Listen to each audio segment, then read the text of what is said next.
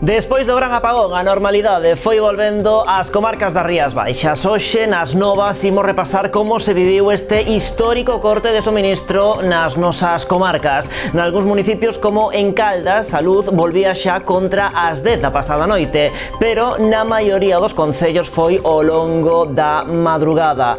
Uns cantos tiveron que agardar incluso ata esta mañá. No Grove ou en Sanxenxo, a luz non volvía ata as 8:30. Na Pobra, Ribeira e Muros seguiron sen suministración ata as 9. O apagón, así e todo, transcorreu sen incidencias na nosa contorna, cun amplo despregue policial e tamén dos efectivos e voluntarios de emerxencias.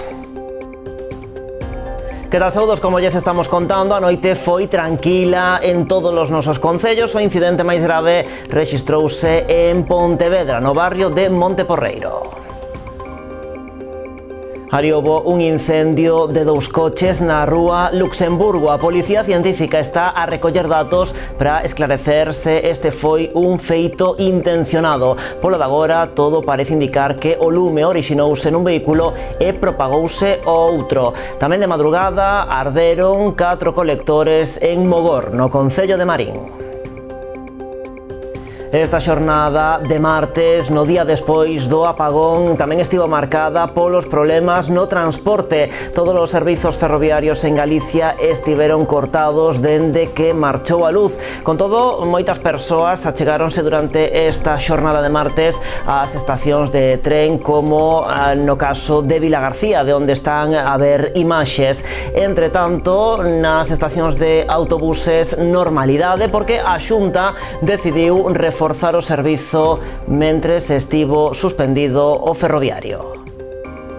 Bueno, máis alá do apagón, temos outras novas nesta xornada de martes.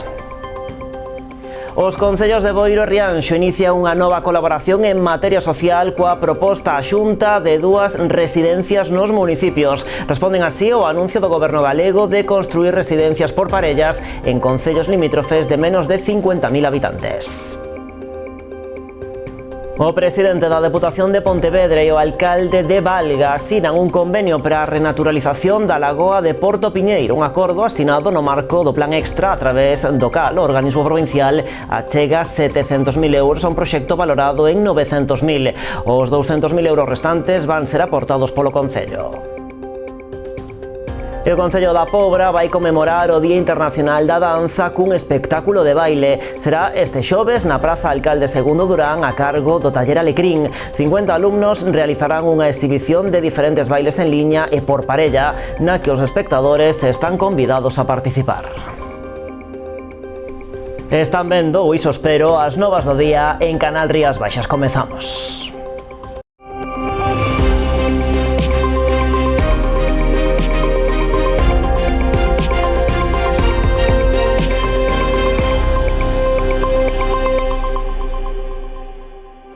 Normalidade en toda a nosa contorna logo do gran apagón deste luns que deixou as escuras a Península Ibérica. Imos repasar que pasou aquí na nosa contorna. Comezamos, lles parece, nas comarcas da provincia de Pontevedra. Aquí na maioría dos municipios o suministro volvía de madrugada. En zonas da cidade de Pontevedra sobre a 1, na Illa ou Vilagarcía sobre as 4, en Poio case que as 5 ou en Cambados case as 6. Noutros concellos, como no de Sanxenxo ou o Grove, a luz non regresaba ata as 8:30 da mañá. Durante a noite, nos municipios, reforzouse a presenza policial e dos efectivos de emerxencia para garantir a seguridade da poboación. Estas imaxes foron gravadas en Vilagarcía tan só uns minutos despois de que todo comeza. Será un pouco máis das 12:30 da mañá e unha das primeiras mostras do que estaba por vir era a falta de semáforos. Tamén moita xente que se botaba á rúa porque no seu centro de traballo non tiñan electricidade. Ao momento comezaban a soar as sirenas da policía e dos servizos de emerxencia. Só na cidade de Vilagarcía houbo que atender 12 persoas que quedaron atrapadas en ascensores, así como axudar a veciños con problemas de mobilidade para acceder ás súas vivendas ou leválos a tratamentos médicos como a diálise. Situación semellante noutros moitos concellos destas comarcas con reforzo da policía e dos servizos de protección civil. En Cambados, por exemplo, montouse un dispositivo para que o centro de saúde non quedase sen electricidade. En Vilanova o alcalde salientaba esta mañá a coordinación entre corpos, malia as dificultades para as comunicacións, tal como aconteceu no resto de municipios. Ha estado funcionando, y quiero que la gente lo sepa, coordinado perfectamente con unos grandes profesionales, Guardia Civil, Policía Local y Protección Civil. Han estado, hasta que se repuso totalmente el servicio, no ha habido horas, no han parado, han estado recorriendo el rural y el urbano del municipio para evitar, porque siempre puede haber algún amigo de la agenda aprovechándose que no hay luz, hacer maldades. No tenemos constancia de que se haya cometido ningún delito. Na cidade de Pontevedra os bombeiros tiveron que rescatar 9 persoas en ascensores, entre elas unha mestra con varios alumnos no colexio Calasancio. Moitos establecementos tiveron que botar o peche non sen dificultades. Algúnas tendas tiveron que deixar pola noite a persiana subida ou a medio baixar. Ante isto, reforzo da seguridade. A partir das 5 da tarde convocamos unha reunión no Concello, onde asisteu tamén a Subdelegación de Goberno, a Policía e a Policía Nacional, mayoritariamente para prever actuacións preventivas respecto á seguridade cidadán en todo o Concello, especialmente na cidade, non? Entón, aí se coordinaron os servizos, se incrementaron os servizos tanto da Policía Local como dos Bombeiros e a Policía Nacional, e ao final hubo durante toda a noite 19 patrullas que patrullaron a cidade e tamén as parroquias. A luz volvía á capital da provincia, nunca mellor dito, por parroquias. Foi paulatino, porque así sabemos que hubo algunha parroquia, Lérez ou incluso Cerponzóns, que tiña xa electricidade ás 10:30 da noite. Logo se foi recuperando ao longo da noite, pois a partir da 1 prácticamente en todos os sitios. Un dos concellos da zona nos que antes volveu o servizo foi o de Caldas sobre as 9:30 da noite. Ali houbo tamén que rescatar unha persoa nun ascensor. No resto de municipios o apagón continuou ata ben entrada a madrugada. Na Illa ou Vila García a luz non volvía ata as 4 e en Poio ata as 5. En Cambados o servizo recuperábase contra as 6, pero noutros concellos como Sanxenxo ou Grove non foi ata a primeira hora da mañá, xa pasadas as 8:30. Co suministro recuperado, os problemas seguiron nas comarcas de Pontevedra, Caldas e o Salnés durante esta xornada nas comunicacións, con dificultade para facer chamadas ou ter acceso a internet, con cortes totais ou parciais ao longo de todo o día. Bueno, pois como lles estamos contando, a noite foi tranquila nas comarcas da provincia de Pontevedra. O incidente máis grave rexistrábase en Pontevedra, no barrio de Monteporreiro. Ali houbo un incendio de 2 coches na rúa Luxemburgo. A Policía Científica está a recoller datos para esclarecer se este foi un feito intencionado. Polo de agora, todo parece indicar que o lume orixinouse nun vehículo e propagouse ao outro. Tamén se incendiaron 4 colectores en Mogor, no concello de Marín, esta madrugada. Así as cousas, o subdelegado do Goberno en Pontevedra informaba esta mañá do dispositivo despregado durante a noite para garantir a seguridade. Abel Osada indicou que esta noite patrullaron as cidades e vilas da provincia de Pontevedra 90 patrullas policiais, no que cualificou como un despregamento nocturno sen precedentes. Desas 90, 60 patrullas serán da Garda Civil e as outras 30 da Policía Nacional, as que hai que sumar tamén patrullas da Policía Local e os servizos de emergencia. Esta noche han patrullado las ciudades, villas y pueblos de la provincia de Pontevedra un total de 91 patrullas policiales, un despliegue nocturno sin precedentes y que se ha demostrado un acierto para garantizar la seguridad ciudadana ante el escenario incierto que propiciaba el apagón en el suministro eléctrico. La Guardia Civil movilizó 60 patrullas con los puentes luminosos encendidos y con refuerzos de la Unidad de Seguridad Ciudadana y de los grupos rurales de seguridad, para que el esfuerzo llegase a toda la provincia.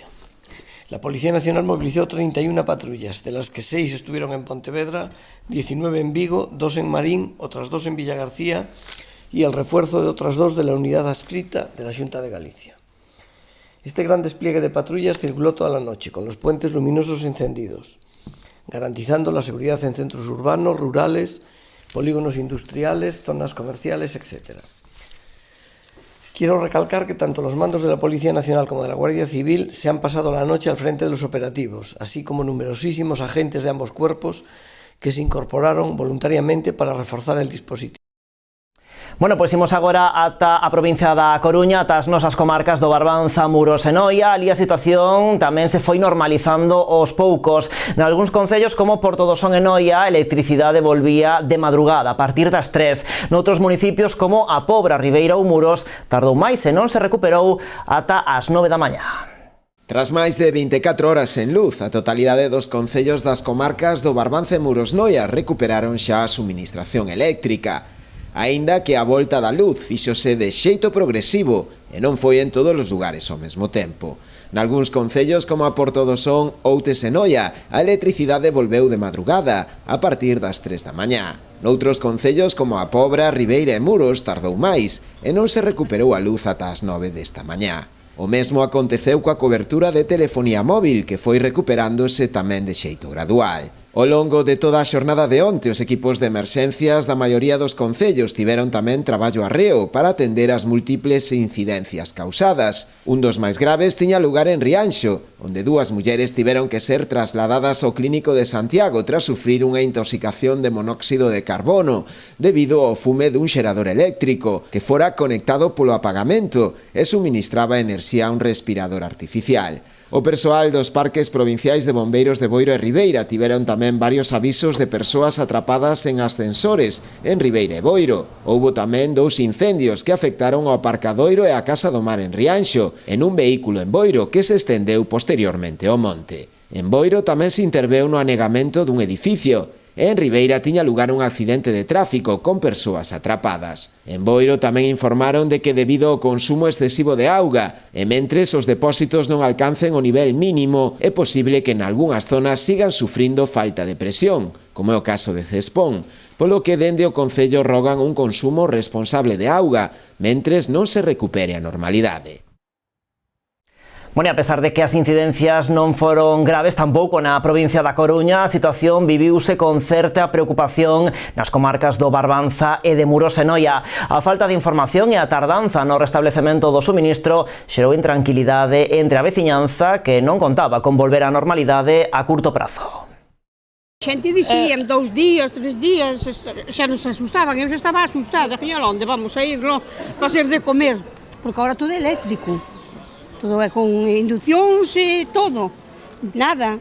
Había que ter o do butano de toda a vida. Sí, eu xa penso poñelo xa esta semana, se hai. Sí, porque no, porque é horrible. Creo que desto que vai a pasar máis veces, Isto foi un aviso.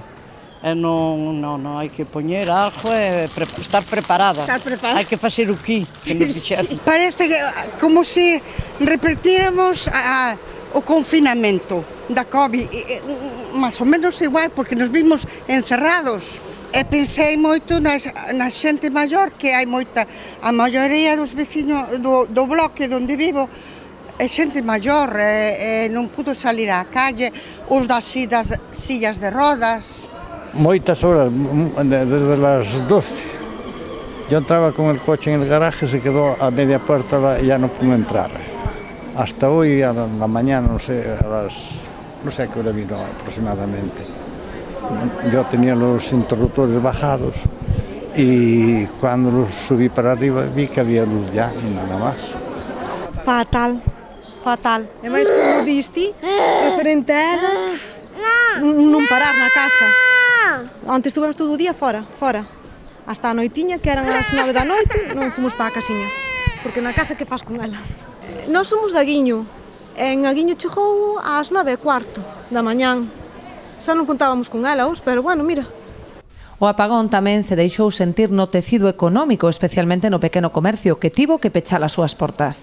A ver, a nivel empresarial, a nivel comercial, en todos os sectores, tanto da hostelería, pois, bueno, foi un impacto bastante grande, porque, bueno, unha tamén a incertidumbre de que non sabíamos se iso se iba a restablecer en 1 hora, en 2, en 3, en 4, ao final, pois, tuvemos que desistir a cerrar os negocios a expensas de saber se viña a volver o que é o tema da luz. En ese sentido, pois, tuvemos moi pouquiña información para saber, digamos, a que atenernos. Está claro que os que tiveron generadores si puderon traballar un pouquiño, pero, bueno, ao final, en ámbito comercial non ten sentido estar cas portas abertas sin ter luz. O que máis si nos sorprende é a falta de comunicación e un pouquiño que tamén nos tempos que estamos ahora que tengamos que pasar por sufrir estes agravos que non temos por que estar sin luz en un ano 2025 e aparte que despois tamén fallan as comunicacións telefónicas, fallan os TPVs, entonces en ese sentido pois é un trastorno que, digamos, sorprendeunos moito. Tan só as grandes empresas que contaban con xeradores mantiveron a súa produción activa, así como os establecementos de diferentes cadeas de supermercados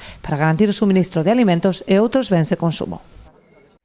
Bueno, o apagón notase este martes nos transportes. Van ver de contado imaxes de como estaba esta mañá a estación de tren de Vilagarcía.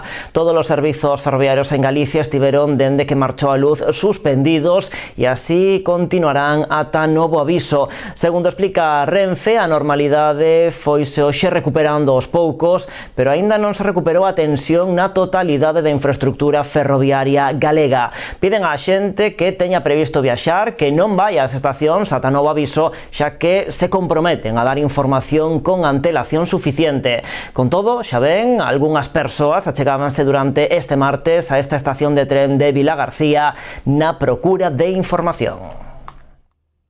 E a Xunta decidiu reforzar o servizo de autobuses mentres continúe suspendido o transporte ferroviario. Ademais dos horarios habituais, cada liña conta con máis prazas dispoñibles. Os principais reforzos denonse entre as grandes cidades e tamén nas liñas do eixo atlántico que unen a Coruña con Vigo pasando por Pontevedra. Ademais, segundo indican dende Monbus, unha das principais concesionarias que temos en Galicia, durante esta xornada prestouse especial atención a aqueles servizos que coincidisen cos horarios de maior demanda de tren. Estas imaxes que están a ver foron gravadas tamén esta mañá, neste caso na estación de autobuses de Vilagarcía, onde a xornada, como ven, transcorreu con total normalidade.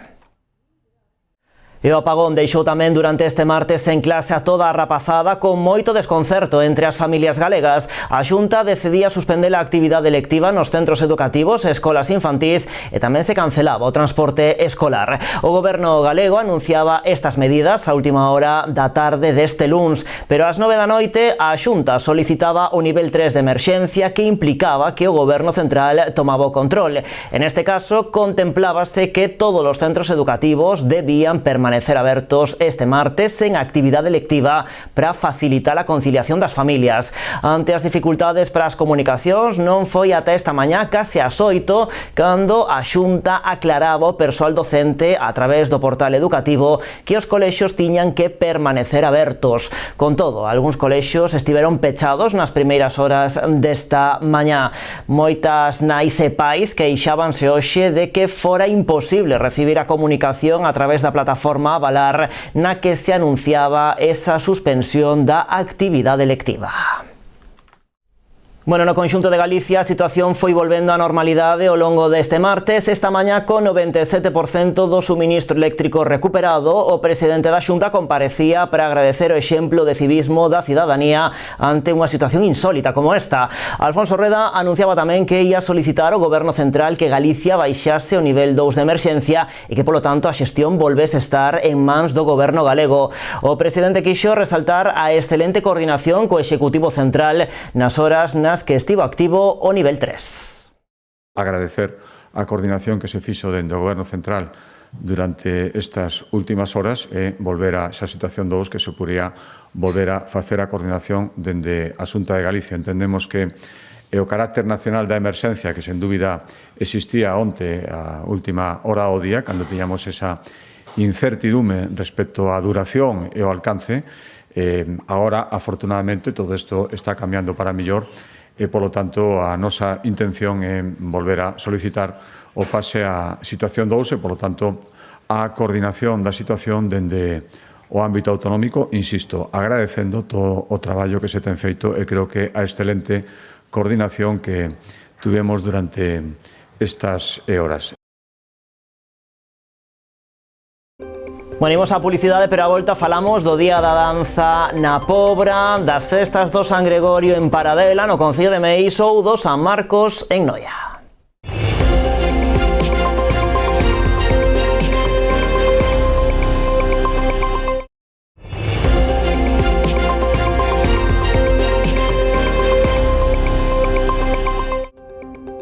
Pois aquí seguimos nas novas en Canal Rías Baixas. Os concellos de Boiro e Rianxo inician unha nova colaboración en materia social coa proposta a Xunta de 2 residencias nos municipios. Responden así ao anuncio do Goberno galego de construir residencias por parellas en concellos limítrofes de menos de 50.000 habitantes. Os alcaldes de Boiro e Rianxo recolleron o guante tras o anuncio do presidente da Xunta no debate do Estado de Autonomía de construir 24 residencias por parellas en concellos de menos de 50.000 habitantes. Dado que os municipios reúnen estes requisitos e xa tiñan proxectos avanzados para estes equipamentos, solicitaron xa unha xuntanza con Alfonso Rueda para trasladarlle a súa proposta e poñer a disposición os terreos. En Boiro estaría disponible unha parcela de máis de 6.000 metros cadrados no plan parcial de Barraña. Conta ademais cun anteproxecto que tería que ser actualizado posto que data do 2022. Os terreos, volvo a anunciar, están a disposición e así yo vou a comentar o presidente Rueda, están a súa disposición. Como dicía, están no plan parcial, están detrás do Parque da Cachada, están a apenas 700 metros do centro urbán e a 250 metros da playa de Barraña. Estamos falando dunha finca de preto de 6.000 euros, concretamente 5.670 metros cuadrados, e ten ao lado unha parcela anexa de casi preto 4.000 metros, concretamente 3.979 zona verde. E o anteproxecto que presentamos e que llevamos a presentar ao presidente Rueda ascende a 13.604.751 euros. A proposta de Rianxo pasaría por construir esta residencia na zona de Rianxiño xunto a outros equipamentos sociais como centro de día ou a residencia proxectada pola Deputación da Coruña. Márcase tamén aí tamén a previsión neste caso da Diputación da Coruña de promover centros residenciais deste tipo para ámbito comarcal, como é o caso aquí de Rianxo, que en todo caso falamos dunhas dimensións de 50 prazas, non? O que vemos é que non só a día de hoxe non temos, senón que os que poidamos ter inmediatamente van ser insuficientes para dar conta da demanda que a día de hoxe que temos. Entón o que queremos é dar este paso para demandar da Xunta de Galicia no marco destas medidas anunciadas, pois que os nosos concellos acollan algúns destes centros, non? A residencia de Boiro contaría con 120 prazas e a de Rianxo con 30. Na actualidade, ningún dos municipios conta con este servizo. Suman unha poboación de 30.000 habitantes e presentan unha alta demanda de prazas residenciais. O presidente da Deputación de Pontevedra e o alcalde de Valga asinaban nas últimas horas un convenio para a renaturalización da lagoa de Porto Piñeiro. Un acordo asinado no marco do Plan Extra, a través do cal o organismo provincial achega 700.000 euros a un proxecto valorado en 900.000. Os 200.000 euros restantes serán aportados polo Concello. O proxecto ten como obxectivo converter a lagoa de Porto Piñeiro, formada pola acumulación de augas subterráneas e pluviais nunha antiga mina a ceo aberto, nun espazo de referencia ambiental e social. A actuación contempla a creación dunha terraza para reducir pendentes, a instalación de sistemas de drenaxe para evitar deslizamentos futuros, a mellora dos accesos e a integración de servizos urbanos. Isto forma parte dun proxecto importantísimo que temos no Concello de Valga, que é a rehabilitación e a recuperación dunha antigua mina de extracción de arcilla e que o pretendemos dedicar enfocado turísticamente, non? Queremos de que esta obra en canto finalice, sino en canto se executen estas obras, pois poderá xa atraer turismo ao noso concello. É un proxecto de 13 millóns e pico de euros, é dicir que queda moito. Vimos de asinar un convenio cun importe de 700.000 euros, dun total dun orzamento que vai ir aos 900.000 euros, e esa aportación dos 700.000 euros pois é da Diputación. E digo que é un proxecto importante porque eu cando vou a cumprir proximamente, eu e máis o equipo de goberno, 2 anos ao fronte deste goberno, se hai un proxecto na provincia dos 61 concellos que coñezca desde xa fai máis de 2 anos é este proxecto de Valga. Máis asuntos. O Partido Popular critica a incompetencia da demarcación de costas e do Concello da Pobra para dar solución aos vertidos de hidrocarburos da Ribeiriña, que mesmo provocaron o peche de varios bancos marisqueiros. Nunha visita realizada á zona polos deputados Gonzalo Trenor, Magdalena Pérez e Miguel Fidalgo, acompañados polo voceiro popular Manuel Durán, o PP cualificou de incomprensible como o Concello permitiu facer esta actuación nas bellas instalacións de la Onza de Oro sen realizar previamente unha descontaminación do solo, o que derivou despois nestas consecuencias. Para os populares, a suposta rexeneración da zona converteuse nun pesadelo, provocando que as filtracións cheguen ao mar. Dende o PP amosan tamén a súa preocupación polo abandono das instalacións da antiga Adasa, sen que os responsables municipais teñan dado resposta ao requirimento da Xunta para recoñecer as medidas que teñen previsto levar adiante. E saiban tamén que a Xunta realizou unha achega duns 80.000 euros para a compra dun punto limpo móvil que será compartido polos concellos de Lousame e Rois. Os dous municipios iniciarán a licitación do equipamento para que o servizo poida comezar a prestarse o antes posible. Unha solicitude conxunta a Xunta de Galicia por parte dos concellos de Lousame e Rois permitiralle a estes dous municipios poder adquirir un punto limpo móvil. A achega por un importe duns 81.000 euros financiará a compra dun camión 100% eléctrico, equipado cunha caixa basculante, grúa de 1.500 kilos e capacidade para transportar 8 contedores adaptados para a recollida selectiva. Non en todos os concellos pode haber puntos limpios fixos, e entón damos as opcións necesarias para que cada un opte por a mellor xestión para o seu concello e para os seus habitantes. Pero aí é certo que dependemos da cidadanía. E tal e como nos avanzaban os alcaldes, eles están facendo un traballo previo de concienciación e agora chega pois o segundo paso. E este paso pois ven a ser un camión que é 100% eléctrico, pero que, aparte de ser 100% eléctrico, pois vai a ter uns caixóns especializados para que, por un lado, se poidan recoller en seres voluminosos, por outro lado, se poidan recoller en seres que poden ser peligrosos, e dentro desa peligrosidade pois partimos dende electrodomésticos, pasando por baterías ou incluso por pilas. Tanto a alcaldesa de Lousame, Teresa Villaverde, como o alcalde de Rois, Ramón Tojo, agradeceron o apoio da Xunta, destacando a importancia deste servizo para facilitar a correcta xestión dos residuos nas zonas máis afastadas da recollida convencional. Que pedímola conxuntamente, unha porque é mellor para xestionar, para cofinanciar, e tamén porque somos dous concellos que non temos punto limpo.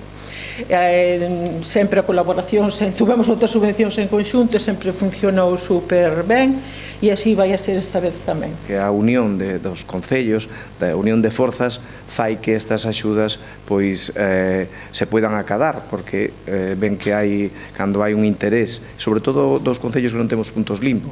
Entonces eu creo que esta é unha cousa moi importante, porque a veces nos encontramos con que ven algunha denuncia do Seprona que no monte hai cousas tiradas en seres, hai que recollelos, hai un traballo moi arduo detrás e hai que facilitar o máis que se poida ter un rural tan bonito como esta vista que temos aquí, ou no noso concello tamén hai que preservar o rural. Para preservalo tamén hai que poñer medios. O punto limpo móvil permitirá recoller residuos como papel, cartón, plásticos, vidro, metais, baterías, voluminosos e restos de poda, reducindo as emisións de CO2 nunhas 7,7 toneladas anuais.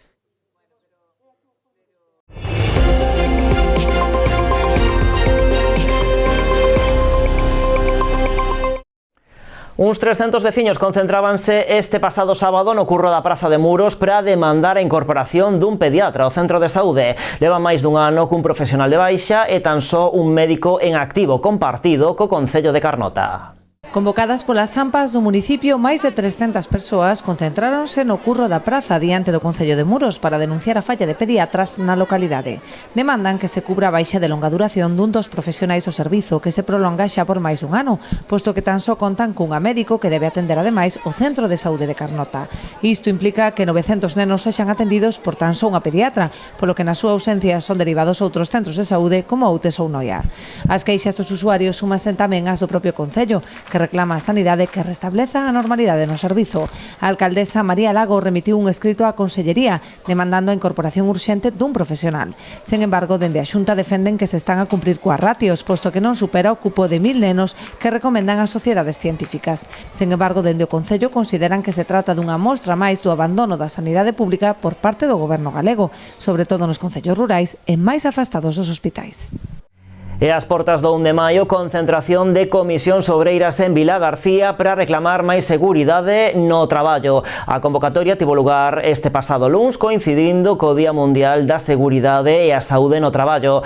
Dende o sindicato denuncian o incremento dos accidentes laborais, en especial dos mortais. Preocúpalles especialmente o aumento da sinistralidade na provincia de Pontevedra. No caso da zona da Arousa, o sector onde máis accidentes laborais se rexistran é o dos servizos, en especial na construción. Falan tamén dun alto índice no sector do mar e tamén nas fábricas conserveiras. Máis alá dos accidentes, tamén advirten dun incremento de enfermidades derivadas da actividade laboral, unha problemática que afecta mesmo a persoas que poidan traballar en oficinas por cuestións ergonómicas ou posturais. Piden unha maior implicación das empresas á hora de formar os seus traballadores para evitar riscos no posto de traballo. O que máis reivindicamos é, por suposto, maiores EPIs para todos aqueles traballadores, maior información e, sobre todo, maior formación, que as empresas se preocupen un pouco máis, porque realmente dependen dos traballadores, independentemente de que cada día se ve que a máquina está sustituindo ao home, aínda seguimos, non? Traballadores e traballadoras nas fábricas. Entonces, pensamos que o primeiro é a súa seguridade, sobre todo a súa saúde. Falando de saúde, temos que reivindicar os problemas psicosociais que están padecendo moitos traballadores, non? Como é o acoso laboral, o acoso incluso por razón de sexo, non? Pensamos que isto se pode evitar, como dicen, informando e formando.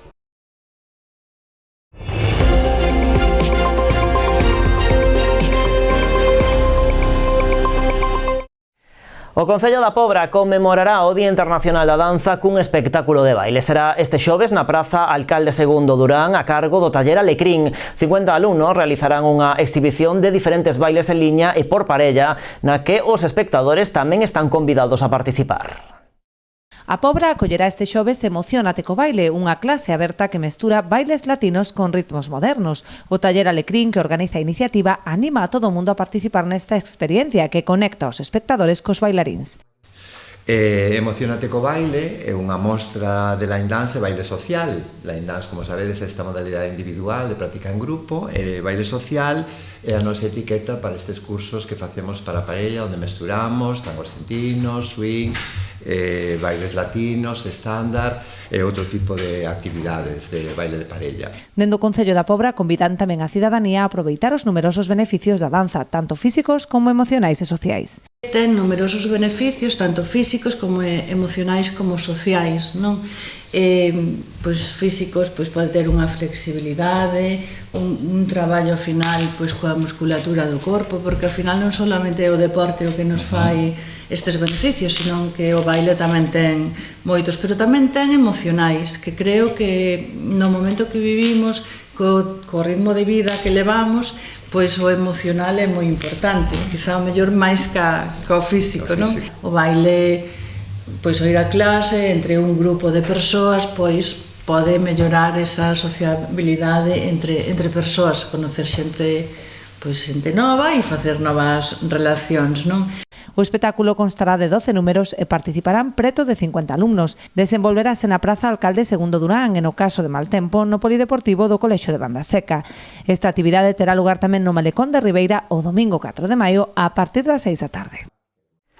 Hoxe presentaron en Ribadumia o libro Delfina e Isolina, exemplo de resiliencia. A publicación conta a historia de vida destas dúas ribadumienses, marcadas tamén pola emigración. O libro foi elaborado por varios dos seus familiares e conta co apoio do Concello e tamén da Deputación de Pontevedra. O vindeiro sábado pola tarde van organizar unha presentación desta publicación aberta a toda a veciñanza no Auditorio Municipal. Digamos, en esa época a emigración estaba casi normalizada, parecía que algo moi normal. Esta era unha historia distinta. Entonces sempre pensamos en que había que levala a un libro. Había que facer algo para que as seguintes generacións superan de onde procedían. Cal era a historia da súa nai, da súa avoa e todo eso. Entonces digo, bueno, evidentemente esto es de interés no solamente para la familia, sino también para otras personas. Y bueno, de ahí surgió también la idea de en la pandemia ponerme a escribir más profundo y averiguar más lo que pasó, indagar más y bueno, entonces ahí pasó el libro de Delfina e Isolina. Sí es verdad que al principio pude hacer más completa la historia de mi madre porque la tenía al lado y le iba preguntando, y luego cuando llegamos aquí ahí ya entre José y Isolina completaron toda la historia tamén máis de Isolina. Fostedes capaces de plasmar precisamente unha vivencia dunha historia moi bonita, non? Do que pode ser a túa muller e do que pode ser a túa nai, é dicir, é unha historia que nace en 2 anos, non, Isolina? Que nace en 2 anos e que despois pois as circunstancias da vida pois fan que vos separedes, pero as circunstancias da vida tamén fan que despois vos unades e que vos manteñades unidas, non? E esa é unha historia pois moi bonita e moi de agradecer. Fin de semana de cheo total en Paradela, no concello de Meis, nas festas de San Gregorio. Milleiros de persoas achegáronse ata esta parroquia para gozar nos distintos actos. O bolo xigante de Pascua volveu ser un dos grandes reclamos. Unha peza de 11 metros cadrados adornado con 6.000 ovos. Unha bola inscrita dende hai anos no libro Guinness dos récords e que, como sempre, volveu ser fotografado e degustado por centos de persoas. A programación, que se prolongou durante 4 xornadas, completouse con distintas propostas gastronómicas, actos relixiosos e distintas propostas musicais. Ademais de varias orquestras, o broche final puxo o grupo folk Lumen a Lareira cunha actuación este pasado domingo. E Noia pechou as festas de San Marcos por todo alto. O tempo acompañou durante toda a fin de semana, incrementando a afluencia de visitantes que participaron nas numerosas actividades que ofrecía o programa festivo. Tras o día grande do venres, cunha concorridísima feira cabalar, as verbenas foron os pratos fortes da fin de semana, coa Panorama como cabeza de cartel. Tamén a música tradicional, cunha gran foliada popular, e os concertos a cargo de grupos como Boomers, La Gramola ou Black congregaron a gran cantidade de público. Deste xeito rematamos esta edición de martes das Novas de Contado, o programa Falemos.